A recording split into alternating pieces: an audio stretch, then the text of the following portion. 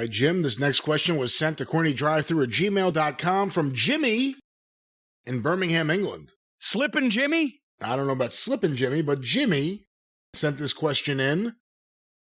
Do you know if there's any truth to the story that Verne Gagne asked the Iron Sheik to break Hulk Hogan's leg in their match in the 1980s? And if it were true, do you think that pro wrestling would be a lot different today if the Iron Sheik had stopped Hulkamania before it started? Well, first question first. Have we established that the offer was made, but that nobody ever actually saw the money?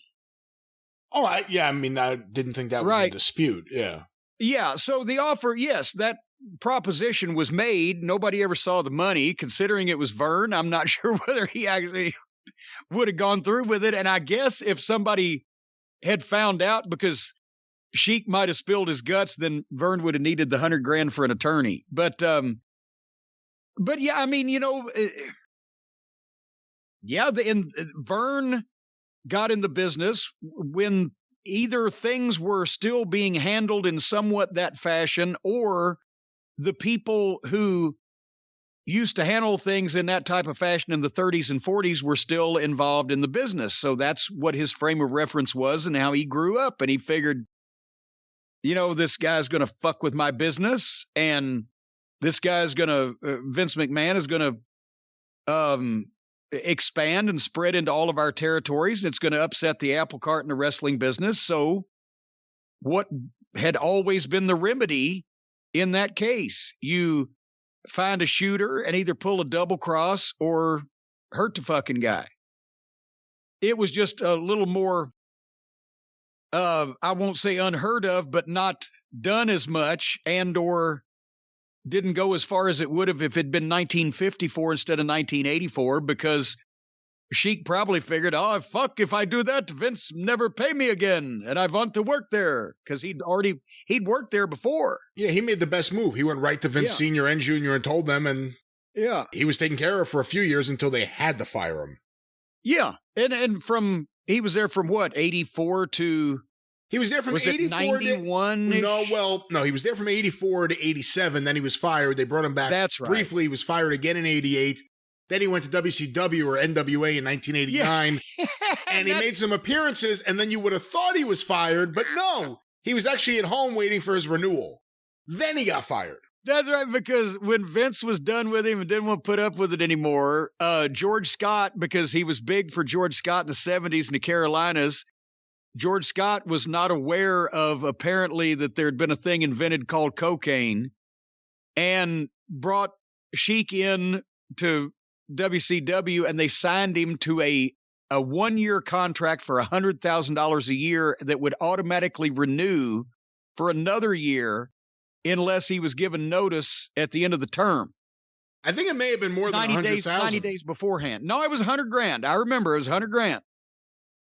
$100,000, because that's at the period, even though they fired George Scott after 3 months, not even 3 months, because he was an idiot. He fucked everything up.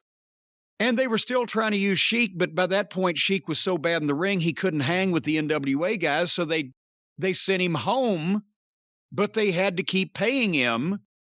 And this was the era that Jim Herd was in charge. And Jim Herd, every time he wanted to either get rid of somebody or pay them less money, he would make sure to Federal Express their contract termination within plenty of time for the clause of the contract. In other words, if you needed to be given notice 90 days before the contract was up or it would renew, you would get your notice by Federal Express that you had to sign for 92 days ahead of time, right?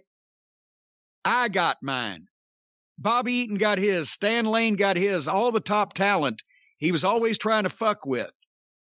But when they sent the Iron Sheik home, everybody forgot about him, and nobody remembered to send him his goddamn termination.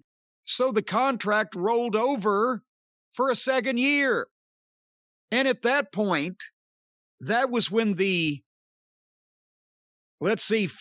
had, I can tell you what happened. Well, wait a minute. George Scott came in early 89, so the Sheik's contract was up in early 90. Ole. Ole had taken over from Flair. So Ole brings Sheik back, trying to run him off by making him do jobs on TV in just a few minutes to everybody. But what he didn't count on was that not only was Sheik willing to do for $100,000 a year guaranteed jobs for anybody because he didn't give a fuck, because he knew that Vince didn't want him anymore, and where else is he going to make $100,000? But the jobs were so bad that they didn't want to show him on TV because it was hurting the talent they were trying to push. So they sent the Sheik back home for another year and paid him another $100,000. Then it gets good, because then Vince didn't want him, obviously. Then the Iraq war breaks out and Vince wants him and makes him an Iraqi, Colonel Mustafa. And then he gets fired again. If they had not started the Gulf War, Sheik would have disappeared after that WCW run, but he comes back into the SummerSlam angle because of the Gulf War. Even though it was the wrong country.